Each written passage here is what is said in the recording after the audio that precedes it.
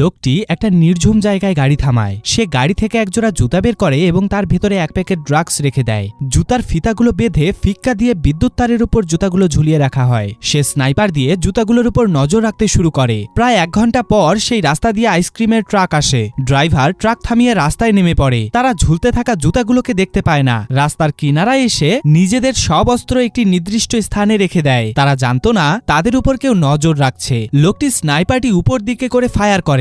গুলির আওয়াজ শুনে তারা ভয় পেয়ে যায়, কিন্তু তারা জানতে পারে না গুলির আওয়াজ কোন দিক থেকে আসছে। লোকটি আবার গুলি করে। গুলির শব্দ শুনে লোকগুলো কিছুক্ষণ থ মেরে দাঁড়িয়ে থাকে। এরপর তারা আবার অস্ত্র রেখে দিয়ে ট্রাকের দিকে এগিয়ে যায়। লোকগুলো ট্রাক ড্রাইভিং করে যখনই বিদ্যুৎ তারের কাছে নিয়ে আসে তখন সে জুতোগুলোর মধ্যে ফায়ার করে, যার জন্য সব ড্রাগস আইসক্রিমের মধ্যে পড়ে যায়। লোকটি সেখান থেকে এসে পড়ে। আইসক্রিমের ট্রাকটি কুকুর দিয়ে সার্চ করা হয়। কুকুরটি গন্ধ শুকে বুঝতে পারে যে এই ট্রাকের ভেতরে ড্রাগস আছে। পুলিশগুলো লোকগুলোকে ধরে ফেলে। লোকগুলো কিছুই বুঝতে পারে না। মিশন সফল হলে লোকটি আবার নতুন পরিকল্পনা শুরু করে।